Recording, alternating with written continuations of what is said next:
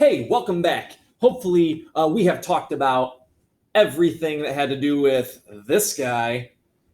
Hopefully, I tricked you on at least one. I'd prefer if you didn't get everything right for my first little activity. Um, yes, I love it when you get things wrong. My wife just texted me the cutest picture of my baby. She is so cute. She looks like me. I mean, my wife is cute too, you know. She's smoking hot. What can I say? Yep, this is on a video. Okay, well, let's keep going. I mean, it'd be weird if I married someone ugly, you know? At least in my own eyes, you shouldn't be like, yeah, my wife is ugly. You know? You ever think about that? You don't date someone ugly. Maybe somebody said I had a good personality once. I think that was just their way of saying I was ugly to them. But anyway, this is biology, not Warner's history with his failed dating relationships. You can take that class your senior year. Anyway, let's move on. Yeah, I could teach a whole semester on that. Yeah, my goodness. Okay, so you've got producers and consumers. Once again, it's just another name. Okay, another name for autotroph is producer. Okay, because they produce their own energy. Do you know what process that is called? Middle school, you probably know this, guys. It is the process where plants make their own food using light. Photosynthesis. Good. But heterotrophs are also called consumers, which means they eat their own food. But there are different levels. If we could categorize the different types of organisms that eat what they eat, we could break that down into two different tiers. Okay? First, you've got primary consumers, and then you've got secondary consumers. Okay, we're going to keep it really simple just to start.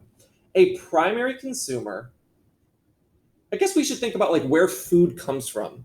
Everything that you eat, where did that energy start from? Like, you ever think about that? Like, you eat a Snicker bar, right? But like the sugar that came from, where did that sugar come from? Well, it came from a plant, right?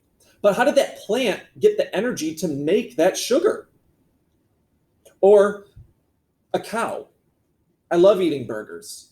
Delicious. I love sinking my teeth into a nice red, medium rare one. I still like it mooing. But how did that cow get energy? How did it get its food? How did it get nice and fat? Well, it ate grass, right? Well, grass, where did the grass get its energy from? Well, it got its energy from, and here's your answer, the sun. We all get our energy at the end of the day. All of the stuff we eat, we get it from the sun, which is kind of weird, eating energy that came from the sun. But think about it. If you eat like that first tier, sun energy down, what kind of food are you eating? You're eating a plant, right? So that first level of energy from sun to plant, organisms that are heterotrophs and consume plants, we call them primary consumers. Okay? Primary consumers. I'm going to outline that in green. Primary consumers are also called herbivores. They're also called vegetarians. They're also called hippies. They're also, secondary consumers. Secondary consumers, they eat the organisms that eat plants. So secondary consumers consume primary consumers. We call those carnivores, or maybe even omnivores, or people who eat meat, okay, or fish or eggs or whatever. So let's get a definition right here. We can just have it. Primary consumers, an organism that gets its energy from eating producers. I'm sorry, I'm using my mouse. I'm not like using one of those fancy pens. A secondary consumer is an organism that gets its energy from eating up, other consumers. I should make that red. Secondary consumers get their energy from eating the things that get their energy from the sun, right? So if you took all of these organisms and drew lines connecting, showing where which organism eats who, where, you would get something that looks like this. And this is called a food web. Okay? Food webs show the transfer of, haha, I'm giving you number 4, but you should know this because we've said this just a few minutes ago. Food webs show the flow of not only nutrients, but energy through a specific ecosystem. Okay?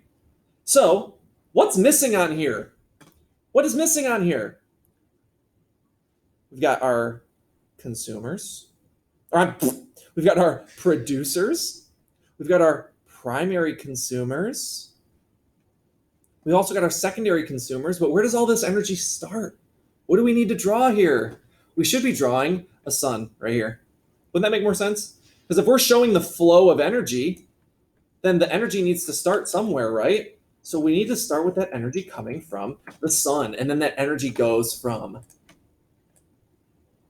the sun to these producers, and so on and so forth. So we're going to take a pause because I think we're at our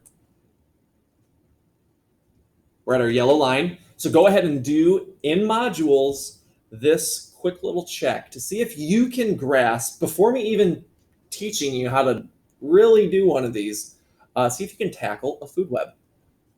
Signing out. See ya. How do I stop this? There we go.